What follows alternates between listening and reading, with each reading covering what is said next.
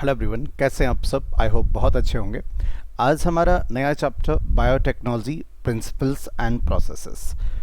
Biotech हम शुरू करें उसके पहले इसमें एक साइंटिस्ट का कंट्रीब्यूशन दिया है, पहले उसको पढ़ लेते हैं, फिर उसके बाद आगे बात करेंगे। तो यस, द साइंटिस्ट का नेम है हर्बर्ट बॉयर। हर्बर्ट बॉयर साहब born on 1936 यानी 1936 में पैदा हुए and brought up a corner of western where railroad and mines were the destiny of the most young man. He completed graduate work at the University of Pittsburgh in 1963 followed by 3 years of postgraduate studies at Yale. यहाँ पे सिर्फ इनके qualification के बारे में बात करी गई है कि उन्होंने कहाँ से ग्रेजुएट पूरा किया, कब ग्रेजुएट किया, कब पोस्ट ग्रेजुएट किया। उसके बाद बात होती है कि 1966 में Boyer took over assistant professorship at the University of California at San Francisco, यानी उनको असिस्टेंट प्रोफेसरशिप मिल गई यूनिवर्सिटी में।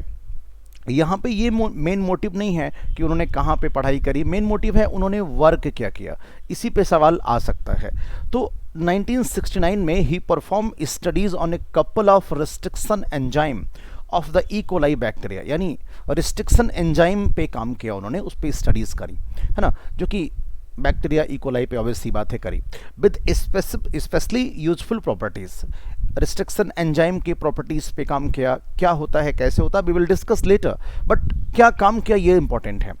Boyer observe that these enzyme have the capability of the cutting DNA stand in the particular fashion. Boyer साहब ने बताया कि जो restriction enzyme है इनके पास क्षमता होती है कि वो कट कर सके डीएनए को पर्टिकुलर फैशन में, which left what has become known as sticky end, और जो कट करके बनाते हैं मतलब कहीं ना कहीं स्टिकी एंड की बारे में पहली बार इन्होंने हमको जानकारी दी। रिस्ट्रिक्शन एंजाइम पे काम किया, उस पर स्टडीज करी, है ना।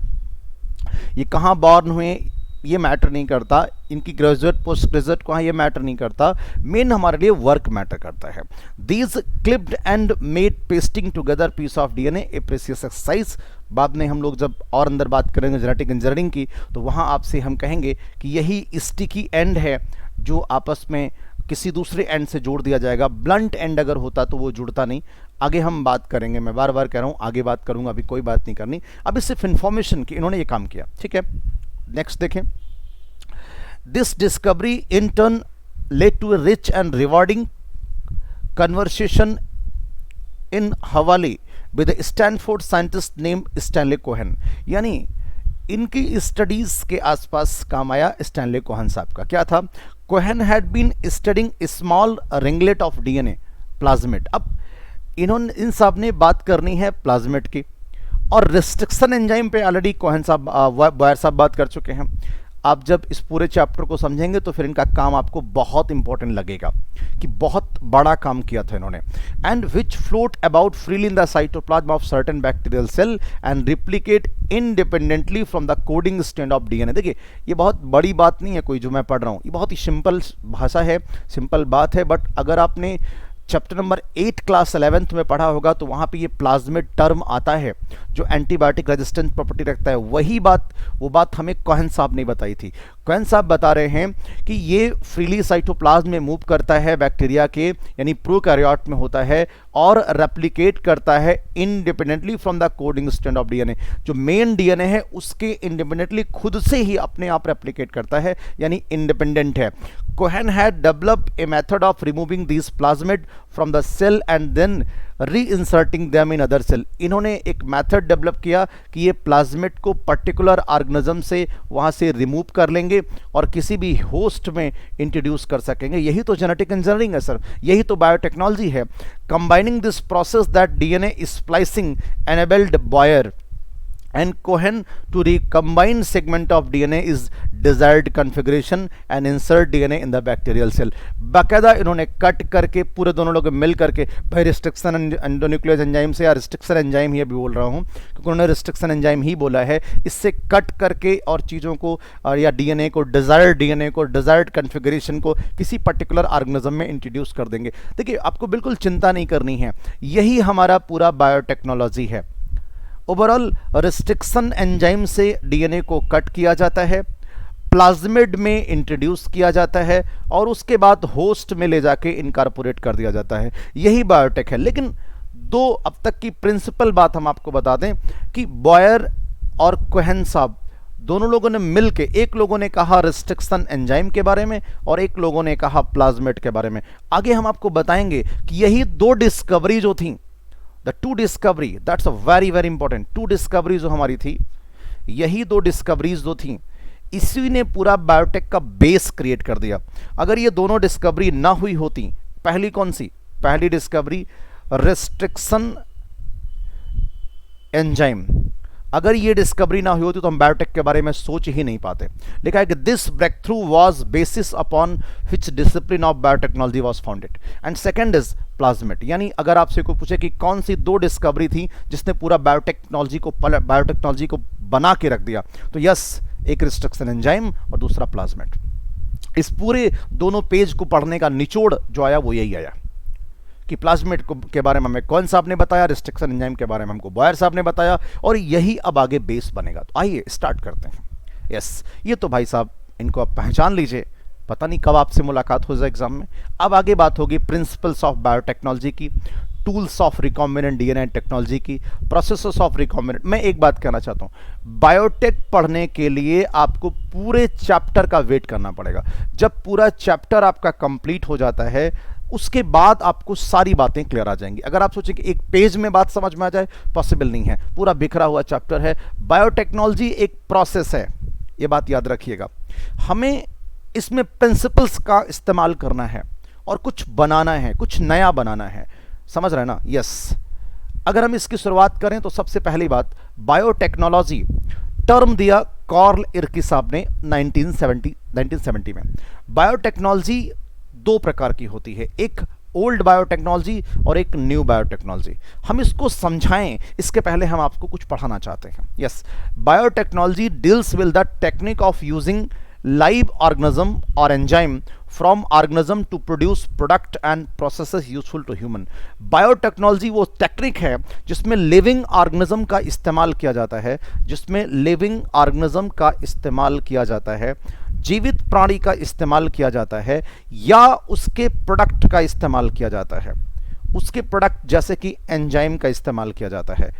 From organism to produce product and processes useful to human, यानी कि लिविंग ऑर्गेनिज्म का इस्तेमाल होगा या एंजाइम्स का इस्तेमाल होगा, ऑर्गेनिज्म से जो मिलेगा और फिर नया प्रोडक्ट बनेगा। जैसे एग्जाम्पल के तौर पे, in this sense making curd, जैसे आप दही बनाते हैं, दूध से दही बनाते हैं, ये ओल्ड बायोटेक्नोलॉजी है। इसमें लैक्टोबैसिलस नाम का बैक्टीरिया पूरा इस्तेमाल होता है। ब्रेड और वाइन बनाने की बात आप करते हैं, यहाँ पे ईस्ट नाम का बैक्टीरिया इस्तेमाल होता है, ऑर्गेनिज्म इस्तेमाल होता है, लिविंग ऑर्गेनिज्म इस्तेमाल करके आप नया प्रोडक्ट बना रहे हैं। Which are all microbes mediated process, यानी ये कर्ड बनाना, ये ब्रेड बनाना, ये वाइन बनाना, ये माइक्रोब मीडिएटेड प्रोसेस है। Also be thought as the form of biotechnology, ये भी बायोटेक्नोलॉजी का ही एक रूप है जो पहले होता था। याद रखिएगा, this is called old biotechnology. क्या कहते हैं इसको? ओल्ड बायोटेक्नोलॉजी, जिनमें हम ऑर्गेनिज्म की पूरी क्षमता का इस्तेमाल करते हैं। समझाता हूं आपको, आइए। ओल्ड बायोटेक्नोलॉजी यहां पे लिखी हुई है, क्या? बिफोर 1970, यानी जब कार्ल इरकी के शब्द के पहले, in this method natural efficiency of living organism are used to produce useful product for human. जो बात आगे एनसीईआरटी में लिखी थी उसी को हमने दूसरे शब्दों में एक्सप्लेन किया है। क्या? कि यहां पे हम लिविंग ऑर्गेनिज्म की प्राकृतिक क्षमता का इस्तेमाल करते हैं। जैसे कर्ड बनाना, लैक्टोबैसिलस की प्राकृतिक क्षमता का इस्तेमाल कर रहे हैं। चीज़ बनाना, प्रोपियोनिया बैक्टीरियम सरमानी, पेनिसिलियम कैमेम्बर्टाई, पेनिसिलियम रॉकफर्टाई, आपने सब माइक्रोब्स वाले चैप्टर में पढ़ा होगा। ब्रेड बनाने की बात करें, वाइन बनाने की बात करें, जो हम ईस्ट से बनाते हैं, ये सब के सब कहाँ से बनते हैं? माइक्रोब से बनते हैं। It is the old biotechnology जिसमें हम लिविंग ऑर्गेनिज्म की क्षमता का इस्तेमाल करते हैं। Now second is the new biotechnology. ये क्या है? इसको समझने के लिए फिर से उसी पॉइंट पे चलते हैं। Yes, However, it is used in the restricted sense today, लेकिन ये बहुत ही restricted सेंस में रह गया है। Refer to such of those processes which use अब अगली प्रोसेस क्या है? Genetically modified organism to achieve the same on the larger scale। आज के रेट में भाई ये जो बायोटेक्नोलॉजी है ओल्ड वाली, ये लिमिटेड सेंस में है, बट आज के रेट पे हम क्या कर रहे हैं? इसी प्रोसेस को करते हैं लेकिन जेनेटिकली मॉडिफिकेशन करते हैं, ऑर्गेनिज्म में ही बदलाव कर देते हैं। कैसे होगा ये आगे पढ़ेंगे, अभी सिर्फ इंफॉर्मेशन है कि those processes which use genetically modified organism to achieve the same on the larger scale, हमें वही बनाना है बट लार्जर स्केल पे बनाना है। Many other processes technique are also included under biotechnology, जैसे in vitro fertilization leading to test tube baby. भाई normally इंसान के अंदर या मेल फीमेल दोनों लोग मिल के फर्टिलाइजेशन करवाते थे, कपुलेशन होता था, male gamete female body female के बॉडी में पहुंचता था, वहां फर्टिलाइजेशन होता था, नेचुरली फिर डेवलपमेंट होता था और बेबी का पार्चुरेशन होता था। लेकिन हमने कुछ ऐसे चेंजेस किए, हमने कुछ ऐसे मॉडिफिकेशंस किए जेनेटिकली, और उस मॉडिफिकेशन की वो कैसे भी किया, it is also the part of biotechnology, जिसमें हम टेस्ट ट्यूब बेबी की बात करते हैं। Synthesising a gene and using it, एक जीन को बनाना और उसका इस्तेमाल करना, यह भी जेनेटिक इंजीनियरिंग या बायोटेक्नोलॉजी का पार्ट है। डेवलप ए डीएनए वैक्सीन, एक डीएनए पे आधारित वैक्सीन बनाना या डिफेक्टिव जीन को करेक्ट करना, it's all the part of biotechnology. And my dear, ये आज की डेट में न्यू बायोटेक्नोलॉजी का पार्ट है। किसका है? न्यू बायोटेक्नोलॉजी का पार्ट है। बात को पहले समझिएगा कि एक्चुअल में हो क्या रहा है। Yes, new biotechnology based on genetic engineering. What is the genetic engineering? Genetic engineering में पर्टिकुलर ऑर्गेनिज्म के में जीन में छेड़छाड़ करना, या यूं कहें जो हमारी इच्छा वाला जीन है उसी को मल्टीप्लाई करना ऑर्गेनिज्म के अंदर ले जाके। कैसे होगा? We will discuss letter.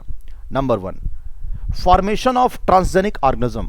हम ट्रांसजेनिक ऑर्गेनिज्म को बनाएं, जीएमओ बनाएं, जेनेटिकली मॉडिफाइड ऑर्गेनिज्म, या मेंटेनेंस ऑफ या जीएमओ को मेंटेन करना लार्जर स्केल कल्चर करने के लिए, ये भी बायोटेक का ही पार्ट। अब जीएमओ क्या होता है we will discuss later. Formation of transgenic organism, transgenic organism का बनाना। ट्रांसजेनिक ऑर्गेनिज्म क्या होता है? जिसके डीएनए में हम छेड़छाड़ करें। This is based on recombinant DNA, this is based on gene transfer technique. होगा क्या बच्चों? सिंपल भाषा में हम आपको बात एक बता दें, वो आप समझिए कि क्या होगा।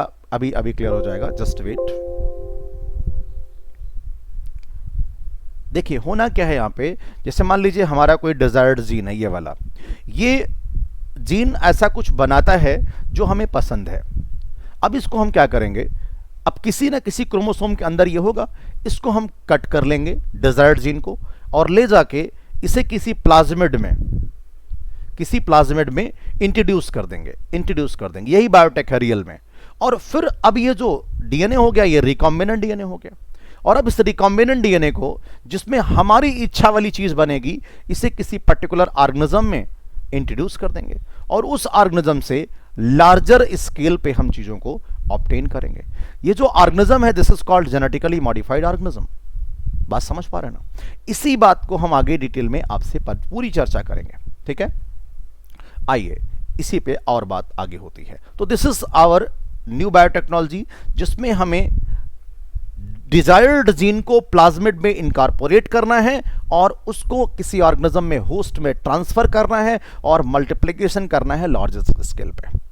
कोई एक चीज जब बन जाएगी तो फिर उसको लार्जर स्केल पे बनाएंगे। दोनों बातें क्लियर होनी चाहिए। नहीं क्लियर है तो अभी आगे बहुत कुछ क्लियर होगा, बिल्कुल चिंता करने की जरूरत नहीं है। European federation of biotechnology, EFB, इसकी डिफिनीशन क्या है? देखिए, has a definition of biotechnology that encompasses both traditional view and modern molecular biotechnology. Definition क्या है? The integration of natural science and organism, natural science और organism का integration, cells का, parts का, molecular analog for the product and their services. देखिए natural science और यानी the integration of natural science and organism, natural science और organism का आपस में integration, cells का, parts का, ये सब प्रोडक्ट को और सर्विसेज के लिए, यानी प्रोडक्ट को बनाने के लिए है। ओवरऑल कहें, इसमें हमने रिकॉम्बिनेंट डीएनए के आधार पे प्रोडक्ट बनाने की बात करते हैं। यही हमारा बायोटेक है। समझ पा रहे? इसमें होगा क्या वो जरा समझें। अब अभी तक सोच ही रहे होंगे कि होना क्या है। कुछ नहीं होना सर, प्रिंसिपल को समझिए, बात अपने आप क्लियर हो जाएगी। क्या?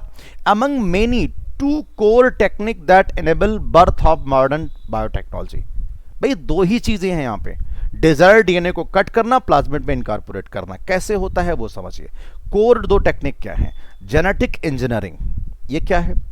Genetic engineering, techniques to alter the chemistry of genetic material. समझ पा रहे ना, सिंपल सी बात है भाई। इंजीनियरिंग का अक्सर घर में लोग कहते हैं क्या इंजीनियरिंग कर रहे हो, मतलब कुछ खुराफात कर रहे हो आप। जीन में, डीएनए में या आरएनए में बदलाव, इसी को बोलते हैं चेंजेस। समझ पा रहे ना, मतलब चेंजेस कर रहे हैं, डीएनए की केमिस्ट्री में बदलाव कर रहे हैं, डीएनए की कंपोजिशन में बदलाव कर रहे हैं। This is called genetic engineering. ठीक है ना। अगर जेनेटिक इंजीनियरिंग कर लेंगे, जैसे मान लो हमारा ये प्लाज्मिड है और इसकी केमिस्ट्री कैसे बदल रहे हैं, इसमें इतना टुकड़ा नया जोड़ दिया जो हमारे डिजायर्ड जीन वाला है, तो बदल गई ना केमिस्ट्री, चेंज हो गई ना केमिस्ट्री, यानी डीएनए की केमिस्ट्री यहां बदल गई और उसको फिर इनकॉर्पोरेट कर देंगे होस्ट में और फिर वहां ये मल्टीप्लाई करेगा। तो यही तो जेनेटिक इंजीनियरिंग है। अब पीछे मैंने आपसे कहा था 2 इंपॉर्टेंट डिस्कवरी जो कि बेस्ड है बायोटेक्नोलॉजी का, डिस्कवरी ऑफ रिस्ट्रिक्शन एंडोन्यूक्लियस, वहां मैंने कहा था रिस्ट्रिक्शन एंजाइम, अब मैं कह रहा हूं रिस्ट्रिक्शन एंडोन्यूक्लियस। डिस्कवरी करी आर्बर, स्मिथ और नाथन ने, आगे बात होगी फिर डिटेल में। रिस्ट्रिक्शन एंडोन्यूक्लियस आपके सिलेबस में डिटेल में है। रिस्ट्रिक्शन एंजाइम को पहली बार बताया हमें किसने था पीछे, बायर साहब ने, लेकिन रिस्ट्रिक्शन एंडोन्यूक्लियस की डिस्कवरी करी आर्बर, स्मिथ और नाथन ने। पहला पॉइंट हमारा आया जेनेटिक इंजीनियरिंग। अब जेनेटिक इंजीनियरिंग के बाद जो बन जाएगा उसकी प्रॉपर देखभाल करना और लार्जर स्केल पे वो कैसे अच्छा प्रोडक्शन करेगा, इसे बोलते हैं बायो प्रोसेस या इंजीनियरिंग। क्या है देखिए, बायो प्रोसेस इंजीनियरिंग, आगे सुनिएगा, पीछे चल के बात करें, पूरा हटा देता हूं, आइएगा। कह रहे हैं कि डीएनए में छेड़छाड़ करना, डीएनए में चेंजेस करना, डीएनए में चेंजेस करना एंड इंट्रोड्यूस इनटू होस्ट, और कहां इंट्रोड्यूस करना, होस्ट में इंट्रोड्यूस करना, एंड दस changes phenotype of the host organism, और इससे फिनोटाइप बदल जाएगी किसकी, होस्ट की। बच्चों डीएनए में चेंजेस करना, आरएनए में चेंजेस करना और नए होस्ट, किसी भी होस्ट में इनकॉर्पोरेट कर देना जिससे उनका फिनोटाइप बदल जाए, जिससे उनका फिनोटाइप क्या कर जाए, बदल जाए। We will discuss later with detail। आज तो सिर्फ आपको बता रहा हूं कि प्रिंसिपल क्या है। पहला जेनेटिक इंजीनियरिंग, जेनेटिक इंजीनियरिंग क्या है, डीएनए में या आरएनए में बदलाव करना। वो बदलाव किस आधार पे होगा, वो बदलाव रिस्ट्रिक्शन एंजाइम की मदद से होगा, वो प्लाज्मिड की मदद से होगा, प्लाज्मिड में ही होगा ना। चलो, और उसके बाद होस्ट ऑर्गेनिज्म में ट्रांसफर कर दिया जाएगा, इससे उसकी शकल सूरत बदल जाएगी। Bio process engineering, maintenance of sterile ambience in the chemical engineering process to enable the growth of only desired microbe eukaryotic cell in the large quantity to manufacture the biotechnological product, जैसे कि antibiotic, vaccine या enzyme. ये बड़ी important बात है। हुआ क्या, जैसे देखिए ये हमारा डिजायर्ड जीन था, this is our desired gene, इसको हम कट करके लाए रिस्ट्रिक्शन एंडोन्यूक्लियस एंजाइम से। अगर आपने पढ़ा होगा तो आप जानते होंगे चीजों को। अब हमने क्या करना है, ये हमारा प्लाज्मिड है, ये हमारा क्या है, प्लाज्मिड है। इस प्लाज्मिड के अंदर इसको इनकॉर्पोरेट कर दिया जाएगा, इस पार्ट को क्या कर दिया गया, इनकॉर्पोरेट कर दिया गया, इस डिजायर्ड जीन को। भाई अब ये वही, अब ये प्लाज्मिड है और इस प्लाज्मिड को होस्ट के अंदर ट्रांसफर कर देंगे। कहां कर देंगे, होस्ट के अंदर ट्रांसफर कर देंगे। और अब ये देखेंगे, यानी अब बात होगी maintenance of sterile ambience in the chemical engineering process to enable the growth of only desired microbe. और अब हम देखें कि जिसमें इसको इंट्रोड्यूस किया गया है वहां ग्रोथ हो रही है उस डिजायर्ड माइक्रोब्स की या नहीं हो रही है। This is called bio process engineering. जो हमने होस्ट में इनकॉर्पोरेट किया है, मान लीजिए हमने एंटीबायोटिक बनाने के लिए किया है, एंटीबायोटिक वाला जीन हमारे पास है जो हमने इनकॉर्पोरेट किया है, तो हम ये चाहेंगे कि एंटीबायोटिक्स अच्छे से बने। हमने वैक्सीन के लिए क्या है तो वैक्सीन बने, एंजाइम के लिए क्या तो एंजाइम बने। यानी इस बायो प्रोसेस इंजीनियरिंग का इस्तेमाल हम फार्मास्यूटिकल इंडस्ट्रीज में कर रहे हैं, हम केमिकल इंडस्ट्रीज में कर रहे हैं, ढेर सारी इंडस्ट्रीज में इसका इस्तेमाल हो सकता है। जो चीज़ें कल तक नहीं बन पाती थी आज वो लार्जर स्केल पे बन जाती हैं। जैसे एग्जाम्पल के तौर पे इंसुलिन, आगे पढ़ना है बट कुछ बच्चे बिल्कुल नहीं समझ पाएंगे चीज़ों को, इसलिए बताना जरूरी है। जैसे इंसुलिन ह्यूमन बॉडी में बनता है, लेकिन क्या इतना इंसुलिन ह्यूमन बॉडी में बन जाएगा कि दूसरे को दे दिया जाए? नहीं, इसलिए इसका लार्जर स्केल पे प्रोडक्शन जरूरी है। लार्जर स्केल पे प्रोडक्शन। और लार्जर स्केल प्रोडक्शन कहाँ होता है? ई कोलाई बैक्टीरिया में। यानी हमने क्या किया होगा, इंसुलिन के जीन को निकाला होगा रिस्ट्रिक्शन जो न्यूक्लियस से कट करके, और ई कोलाई के बैक्टीरिया में इनकॉर्पोरेट किया होगा, ई कोलाई बैक्टीरिया के प्लाज्मिड में इनकॉर्पोरेट किया होगा, और प्लाज्मिड फिर लगातार डिजायर्ड जीन जो है लगातार प्रोडक्शन करती जा रही है, और ढेर सारे एंजाइम बना लेते हैं या ढेर सारा हार्मोन इंसुलिन बना लेगा, और इंसुलिन क्या करेगा, फिर डिजायर्ड निकाल लेंगे, लार्जर स्केल पे उसको निकाल लिया जाएगा, लार्जर क्वांटिटी पे बनाया जाएगा। यानी कि जेनेटिक इंजीनियरिंग के बनने के बाद लार्जर स्केल पे जो जरूरत है वो हम पूरी कर पाएं। This is called bioprocess engineering. तो बस मेंटेनेंस ऑफ यानी कि माइक्रोबियल कंटामिनेशन, कंटामिनेशन फ्री हो, स्टेराइल एम्बियंस हो, केमिकल इंजीनियरिंग जो हमने करी है, इसमें हम क्या करते हैं कि ग्रोथ जो भी हम चाहते हैं, जो हमारा डिजायर्ड प्रोडक्ट हम बनाना चाहते हैं, वो हम अच्छे से बनाएं और उसको इस्तेमाल करें, उसको रख रखाव करें। सोच पा रहे ना? तो ये पूरी 2 टेक्निक थी, यानी 2 कोर टेक्निक थी। पहला, एक शब्द में अगर बात करें तो चेंजेस जो हम करना चाहते हैं, डिजायर्ड जीन को जो इनकॉर्पोरेट करना चाहते हैं, और दूसरा, बनने के बाद हम लार्जर स्केल पे बिना किसी समस्या के उनको बना लें और अलग अलग इंडस्ट्रीज में उनका इस्तेमाल करें। This is the 2 core technique of, this is the 2 core technique. ये 2 कोर टेक्निक हैं जहां पे हम बायोटेक की बात कर रहे थे। ठीक है, अब आइए थोड़ी सी और आगे बात करें। कहते हैं कि लेटेस्ट,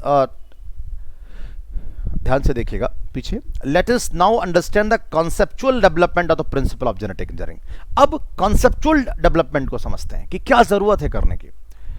देखिए, you probably appreciate advantage of sexual reproduction. अगर आप टॉपिक को जानते हैं तो आपको पता है कि सेक्सुअल रिप्रोडक्शन ज्यादा इंपॉर्टेंट है, क्योंकि सेक्सुअल रिप्रोडक्शन में चेंजेस की संभावनाएं होती हैं। ओवर एसेक्सुअल यानी सेक्सुअल प्रोडक्शन, भाई चेंजेस हम जीन में ही तो कर रहे हैं, रिप्रोडक्टिव जीन में ही तो करेंगे कि कल को आगे भी ट्रांसफर होता रहे, तो इसलिए सेक्सुअल रिप्रोडक्शन की बात करना जरूरी है। तो advantage of sexual reproduction over asexual reproduction, the farmer provide opportunity for variation. Farmer मतलब कौन सा वाला? सेक्सुअल। सेक्सुअल ऑप्शन प्रोवाइड करता है कि वेरिएशन हो जाएगा, और इससे कल को एक यूनिक कॉम्बिनेशन जेनेटिक सेटअप का बन सकता है, जो कि किसी पॉपुलेशन के लिए बेनिफिशियल हो सकता है। इसीलिए सेक्सुअल रिप्रोडक्शन से नेक्स्ट जनरेशन के एडवांस होने के चांसेस होते हैं, जबकि asexual reproduction preserve the genetic information. Asexual reproduction में जेनेटिक इंफॉर्मेशन बदलती नहीं है, से मतलब एकदम सेम रहती है। तभी तो हम कहते हैं एसेक्सुअल से बना हुआ क्लोन कहलाता है, मॉर्फोलॉजिकल और जेनेटिकली सिमिलर होता है। सेक्सुअल रिप्रोडक्शन जो परमिट करता है, ये वेरिएशन को परमिट करता है, यानी सेक्सुअल रिप्रोडक्शन में चेंजेस के ज्यादा चांसेस हैं, इसीलिए सेक्सुअल रिप्रोडक्शन के बाद सफलता के मतलब सर्वाइवल के चांसेस ज्यादा होते हैं। अभी हमने जो पढ़ना है, ये हमको पढ़ना है रिकॉम्बिनेंट डीएनए टेक्नोलॉजी या बायोटेक्नोलॉजी, लेकिन इसके पहले भी हाइब्रिडाइजेशन होता है, कॉल्ड ट्रेडिशनल हाइब्रिडाइजेशन। ऐसा नहीं कि आज पहली बार हम चेंजेस की बात करें। ट्रेडिशनल हाइब्रिडाइजेशन, ट्रेडिशनल हाइब्रिडाइजेशन में एक प्रॉब्लम होती थी, बात को समझिएगा। जब हमारा ट्रेडिशनल हाइब्रिडाइजेशन होता था तो traditional hybridization used in plant and animal breeding. हम प्लांट और एनिमल ब्रीडिंग में ट्रेडिशनल हाइब्रिडाइजेशन का इस्तेमाल करते थे। एक माइनर सा डिफरेंस आता था ट्रेडिशनल हाइब्रिडाइजेशन में, वो हम आपको बता दें। ट्रेडिशनल हाइब्रिडाइजेशन में माय डियर, आपको अगर हाइब्रिडाइजेशन को आइडिया हो तो हाइब्रिडाइजेशन में, ट्रेडिशनल हाइब्रिडाइजेशन में क्या होता है कि डिजायर्ड और अनडिजायर्ड दोनों चीजें बन जाती हैं। जो नया रिकॉम्बिनेशन बन के आता है वो डिजायर्ड और अनडिजायर्ड दोनों जीन हो जाते हैं ट्रेडिशनल हाइब्रिडाइजेशन में, जो कि सेक्सुअल रिप्रोडक्शन के दौरान होता था। Used in plant and animal very often lead to inclusion and multiplication of undesirable gene along with desirable gene. Traditional hybridization में डिजायरेबल के साथ साथ अनडिजायरेबल डी जीन का भी मल्टीप्लिकेशन हो जाता था, लेकिन the technique of genetic engineering which includes creation of recombinant DNA, use of gene cloning and gene transfer overcome this limitation. Recombinant DNA technology, जहां पे हम जीन क्लोनिंग और जीन ट्रांसफर की बात करेंगे होस्ट में, ये इस समस्या को खत्म कर देती है and allow us to isolate and introduce only one or a set of desirable gene without introducing undesirable gene into target organism. यानी होस्ट में ये अनडिजायरेबल जीन को इंट्रोड्यूस नहीं करने देंगे। यहां हम 3 बातें आपसे कर रहे हैं, उन तीनों बातों को सुनिए। पहली बात क्या है? सेक्सुअल रिप्रोडक्शन एसेक्सुअल के ऊपर एडवांटेज है, यानी अच्छा है। क्यों? सेक्सुअल रिप्रोडक्शन में वेरिएशन के चांसेस ज्यादा होते हैं, सर्वाइवल के चांसेस ज्यादा होते हैं, which is more beneficial for a population. As sexual reproduction में जेनेटिक इंफॉर्मेशन प्रिजर्व रहती है, सेक्सुअल रिप्रोडक्शन वेरिएशन को परमिट करता है। फिर दूसरी बात आई, अच्छा एक बात और, सेक्सुअल रिप्रोडक्शन में भी भाई ऐसा लिखा क्यों है, आप सोचना चाहते होंगे। अभी जो हमने इस टॉपिक में आपसे बात करी वो हम सिर्फ चेंजेस की ही बात तो कर रहे हैं। कहां? Changes in genes. तो एक चेंजेस तो हम कर सकते हैं एक चेंजेस तो हो जाता है सेक्सुअल मेथड के द्वारा, बोलिए सेक्सुअल रिप्रोडक्शन के द्वारा हो जाता है या नहीं हो जाता है? बिल्कुल हो जाता है। लेकिन और प्रोसेस का नाम क्या होता है? Crossing over. क्रॉसिंग ओवर के द्वारा हो जाता है। दूसरा चेंजेस हम कराते थे ट्रेडिशनल हाइब्रिडाइजेशन के दौरान। इसमें क्या प्रॉब्लम थी भाई? ये जो सेक्सुअल रिप्रोडक्शन वाला होता है इसमें चेंजेस के लिए काफी लंबा वक्त लगता है। ट्रेडिशनल हाइब्रिडाइजेशन में प्रॉब्लम क्या थी? अनडिजायरेबल और डिजायरेबल दोनों कैरेक्टर इंट्रोड्यूस हो जाते हैं, इसलिए हम हमेशा एडवांसमेंट की तरफ बढ़ते हैं। इसलिए हमने तीसरा जो चेंजेस का तरीका निकाला, this is recombinant DNA technology. इसमें क्या किया हमने? जो भी हमारा डिजायर्ड जीन था इसको प्लाज्मिड में इंट्रोड्यूस किया, उसकी मल्टीपल कॉपीज बनाई और ढेर सारा प्रोडक्शन किया। सिर्फ डिजायर्ड जीन ही यहां पे रहेगी। तो ये तीनों बातें आपको समझनी चाहिए कि रिकॉम्बिनेंट डीएनए में चूंकि सब कुछ हम खुद कर रहे हैं, साइंटिस्ट खुद कर रहे हैं, डिजायर्ड जीन को ही इनकॉर्पोरेट करेंगे और कोई नुकसान नहीं होगा। यहां पे कोई लिमिटेशन जैसी बात यहां पे हमें देखने को नहीं मिल रही है। तो it is the actual concept of the benefit of the recombinant DNA. क्या बेनिफिट है इसमें? यहां पे अनडिजायरेबल कुछ भी नहीं रहेगा। तो ये तीनों तरीके हैं जहां पे हम जीन में या यूं कहें कि हम परिवर्तन की बात सोच रहे हैं। अब आगे, do you know likely fate to piece of DNA? क्या आपको पता है कि एक डीएनए का जो टुकड़ा है, मान लीजिए किसी ऑर्गेनिज्म में, सिंपल ऑर्गेनिज्म में आप इंट्रोड्यूस कर दें, भाई आपके मन में एक सवाल आता है कि ऐसा क्यों नहीं, आप प्लाज्मिड के सहारे ही क्यों इंट्रोड्यूस कर रहे हो? हम हर बात का कटाक्ष ढूंढने की कोशिश कर रहे हैं, वही अभी सिर्फ कॉन्सेप्ट पे बात हो रही है। इसलिए मैंने कहा था पूरा चैप्टर समझना जरूरी है, तभी बात समझ में ही आएगी। अगर आप सोचें कि 2 पेज 15 मिनट में आपको समझ में आ जाएगा, नहीं पॉसिबल है। पूरे चैप्टर का वीडियोस देखिएगा, उसके बाद बात पूरी समझ आ जाएगी। अब हम फिर दूसरी बात कर रहे हैं, क्या हर पल कॉन्सेप्ट बदल रहा है। अगला दूसरा पॉइंट, अभी तक हम बात कर रहे थे चेंजेस क्या हैं, अब हम बात कर रहे हैं कि प्लाज्मिड की जरूरत ही क्यों पड़ी। ये मेरे मन का सवाल है, व्हाई?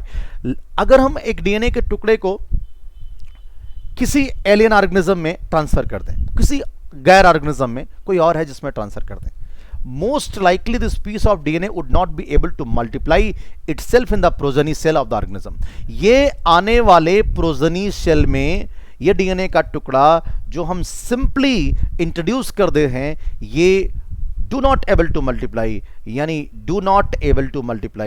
ये मल्टीप्लाई नहीं कर पाएगा।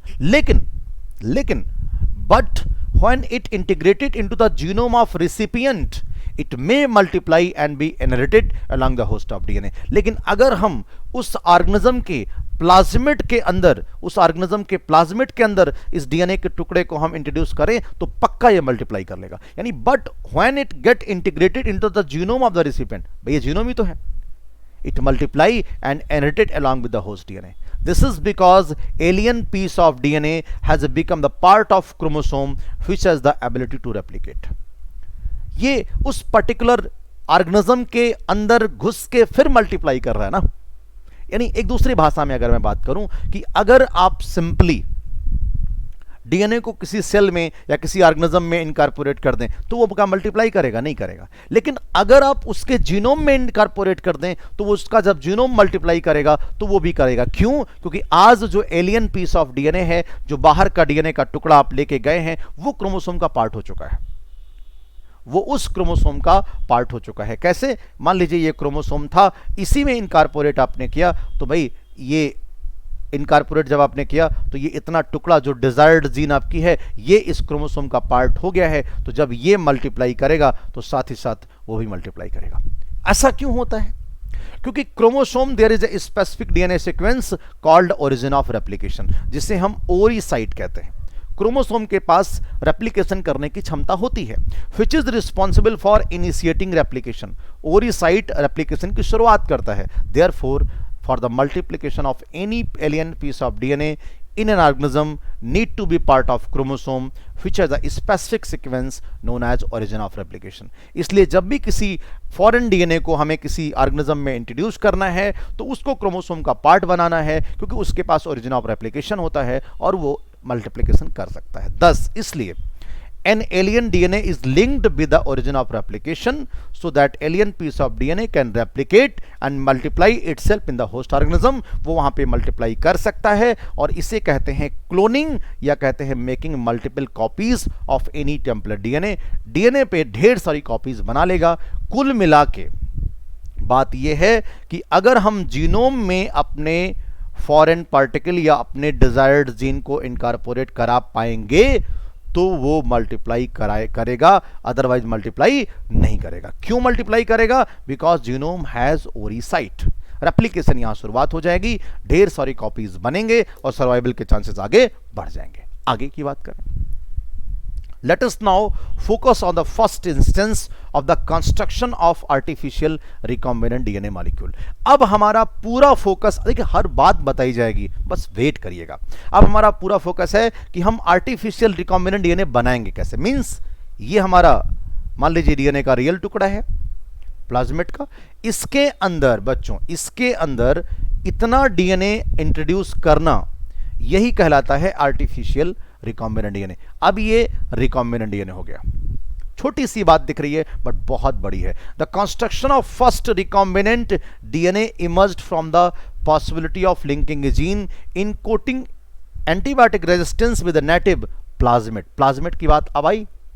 ये क्या है? ये ऑटोनॉमसली रेप्लिकेटिंग सर्कुलर एक्स्ट्राक्रोमल डीएनए है। हम प्लाज्मिड की बात क्यों कर रहे हैं? क्योंकि इस बैक्टीरिया के अंदर, प्लाज्मिड के अंदर यह क्षमता होती है कि वो खुद से रेप्लिकेट करने की कैपेबिलिटी रखता है। तो ये जो प्लाज्मिड है ब्लू वाला, ये प्लाज्मिड रेप्लिकेट कर सकता है और इसी में हमने अपने डिजायर्ड जीन को इनकॉर्पोरेट किया है। तो जब ये प्लाज्मिड रेप्लिकेट करेगा तो हमारा जीन भी रेप्लिकेट करेगा।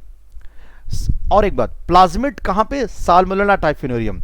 Stanley Cohen and Herbert Boyer 1972 by isolating the antibiotic resistance gene by cutting out a piece of DNA from a plasmid which was responsible for conferring antibiotic resistance.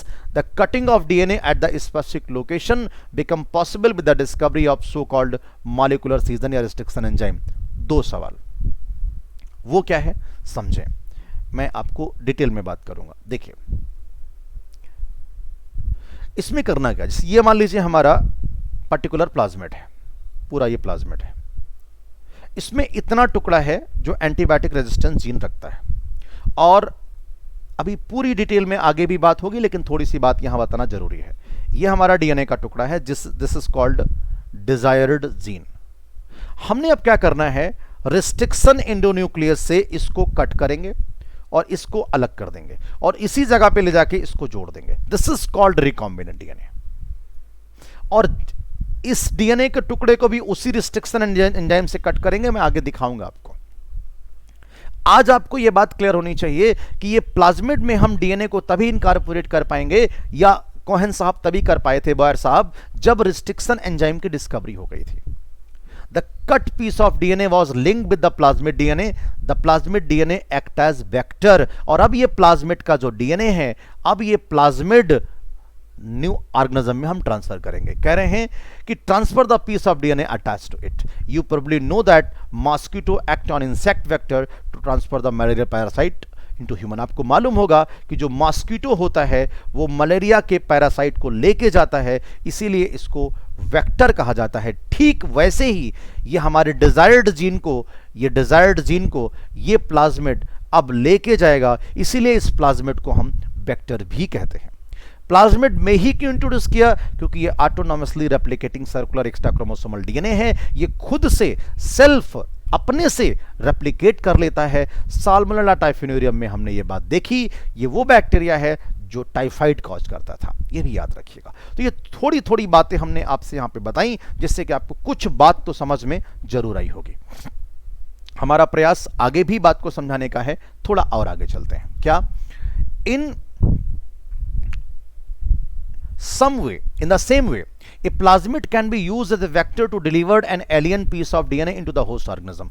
अब ये हमारा जो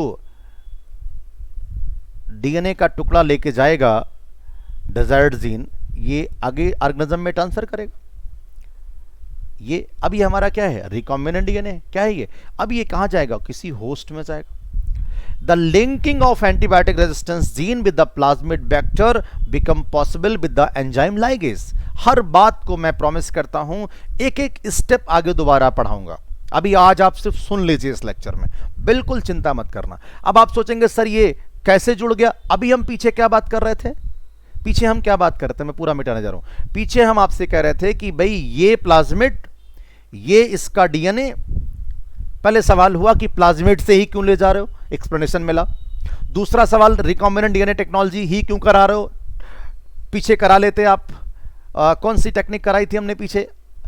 और बैक में जाके अगर हम बात करें, पीछे मैंने आपसे कई टेक्निक्स पे बात करी थी, उनमें करा लो कुछ। ट्रेडिशनल बायोटेक्नोलॉजी, ट्रेडिशनल हाइब्रिडाइजेशन करा लो, मना किया क्योंकि उसमें डिजायर्ड एंड डिजायरेबल दोनों था। आज रिस्ट्रिक्शन इंडोन्यूक्लियेज या रिस्ट्रिक्शन एंजाइम की मदद से हम इस जगह को कट करके और यहाँ पे नए डीएनए को, अपने डिजायर्ड डीएनए को जोड़ पा रहे हैं, रिकॉम्बिनेंट डीएनए बना रहे हैं। दूसरा सवाल अब मन में आता है कि ये जुड़ा कैसे? सर यहाँ पे एक दूसरा एंजाइम काम करेगा, this is called DNA ligase. कौन सा? DNA ligase. तो यस, द लिंक मार्क करिएगा। तो कट करने के लिए कौन सा एंजाइम? Restriction endonuclease. जोड़ने के लिए linking of antibiotic resistance gene with the plasmid vector became possible with the enzyme DNA ligase which act on DNA molecule and join their end. कहां काम करेगा? Act on cut DNA molecule and join their end. दोनों सिरे को जोड़ देगा। This makes a new combination of circular autonomously replicating DNA created in vitro known as recombinant DNA. अब ये इसका नाम रिकॉम्बिनेंट डीएनए कह रहे हैं। यही तो मैं आपको इतनी देर से पढ़ा रहा था कि ये रिकॉम्बिनेंट डीएनए है। What is recombinant DNA? एक लाइन में भी बता दूंगा फिर लास्ट में चलते चलते। When the DNA is transfer into E coli, a bacteria closely related to salmonella, it could be replicate into the new host DNA polymerase enzyme and make multiple copies. समझ पा रहे ना? The ability of multiple copies of antibiotic resistance gene in E. coli was cloning and of the antibiotic resistance gene in the E. coli. बात पूरी clear हो गई हो तो मैं फाइनली एक बार पूरी बात फिर से बताता हूँ। देखिए, ये हमारा एंटीबायोटिक रेजिस्टेंस जीन है, एंटीबायोटिक रेजिस्टेंस जीन है, ये हमारा एंटीबायोटिक रेजिस्टेंस जीन है। ये हमारा नेक्स्ट, पूरी बात मैं आपको बता रहा हूं, ध्यान से देखिएगा। ये हमारा प्लाज्मिड है, ठीक है, ये हमारा प्लाज्मिड है। हमें इसको इस पे लोड करना है। होगा क्या? इसको रिस्ट्रिक्शन एंजाइम कट करेगा दोनों तरफ से, यहां पे भी रिस्ट्रिक्शन एंजाइम कट करेगा, ठीक है। ये हमारा प्लाज्मिड है। प्लाज्मिड को ही क्यों ले रहे हैं? इसके पीछे की वजह क्या है? प्लाज्मिड को ही क्यों ले रहे हैं? क्योंकि प्लाज्मिड ऑटोनॉमस होता है, ऑटोनॉमसली रेप्लिकेट करता है, ये ऑटोनॉमसली रेप्लिकेट करता है। इसके परिणाम स्वरूप क्या होगा? यहां पे आके, पूरी बात इसीलिए बता रहा हूं, यहां पे आके जो रेड कलर का हमारा एंटीबायोटिक रेजिस्टेंस जीन है वो इसमें जुड़ जाएगा। और जब ये जुड़ेगा भैया, जब ये जुड़ेगा तो उसके लिए एक नया एंजाइम काम करेगा। एंड एंजाइम का नाम क्या होगा जी? एंजाइम का नाम होगा, बताएं जी। एंजाइम का नाम होगा डीएनए लाइगेज। क्या नाम होगा? DNA ligase. और जब ये जुड़ जाएगा तभी तो हमने इसको क्या नाम दिया?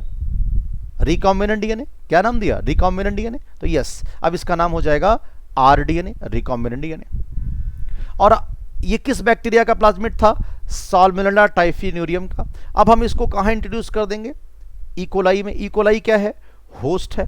यहां ये डीएनए पॉलीमरेज एंजाइम का इस्तेमाल करके ढेर सारे कॉपीज बना लेगा, ढेर सारे कॉपीज बनाएगा और डिजायर्ड जो चीजें इसको बनानी है वो बना लेगा। इन पूरे पार्ट को, ये जितना हमने आपको पढ़ाया है, डिटेल में आगे के लेक्चर्स में इन पे बात होगी। फाइनली चलते चलते एक बार और बात होगी। क्या? ध्यान से देखें। You can hence infer that there are 3 basic system. Finally पूरी बात को दोबारा बता रहे। जेनेटिकली मॉडिफिकेशन के लिए 3 बेसिक स्टेप। पहला, identification of gene with desirable gene. आपको अपना डिजायर्ड जीन को आइडेंटिफाई करना है कि ये हमारा डिजायर्ड जीन है। दूसरा, introduction of identified DNA into host. Introduction of identified DNA into host. तीसरा, maintenance of introduced DNA in the host and transfer of the DNA to the progeny. 2 चीजें हैं। अगला जो हमारा रिकॉम्बिनेंट डीएनए बनेगा उसको हम होस्ट में ट्रांसफर करेंगे और उसके बाद उसके मल्टीप्लिकेशन का ख्याल रखेंगे। तो 3 स्टेप। पहला, identification of DNA with the desirable gene. दूसरा, introduction of identified DNA into host. और तीसरा, maintenance of introduced DNA in the host and transfer of the DNA its progeny. अब वो तो आगे अपने आप ट्रांसफर हो ही जाएगा क्योंकि वो डीएनए में है। एक बात हम आपको बता दें अभी, अब आज हमने आपसे किन चीजों पर बात करी? रिस्ट्रिक्शन इंडोन्यूक्लियेज एंजाइम पे बात करी। इसके बारे में अभी हम आगे डिटेल में बात करेंगे, ठीक है। दूसरी हमने आपसे बात करी डीएनए लाइगेज की, ये भी हम आगे आपको दोबारा अगेन पढ़ाएंगे। तीसरी बात हमने आपसे करी प्लाज्मिड की, पूरा एक लेक्चर प्लाज्मिड का अभी हम आगे आपको पढ़ाने वाले हैं, जिसमें PVR 322 के बारे में पूरी डिटेल में आपसे बात होगी। और तो कोई बात हमने आज आपसे करी नहीं। तो जितनी बातें हमने आपसे आज करी हैं, इन पूरी बातों को हम आपसे दोबारा बात करेंगे। बट आज हमारा टारगेट सिर्फ ये था कि आप ये समझें और ये जानें कि बायोटेक होता क्या है। It is a starting lecture, it's a brief explanation, we will discuss later. Next videos में हम आपसे बात करेंगे और हमारा टॉपिक होगा tools of recombinant DNA technology. और उन सारे टूल्स पे हम बात करेंगे जो आज मैंने आपसे डिस्कस किया है। वो टूल्स क्या होंगे, ध्यान से सुनिए। किन किन चीज़ों पे बात होगी हमारी? रिस्ट्रिक्शन एंजाइम पे बात होगी, पॉलीमेरेज एंजाइम पे बात होगी, लाइगेज पे बात होगी, वेक्टर पे बात होगी, होस्ट ऑर्गेनिज्म के बारे में बात होगी पूरा डिटेल में। तो आज के लिए इतना ही, बाकी अगले वीडियोज़ में। Thank you.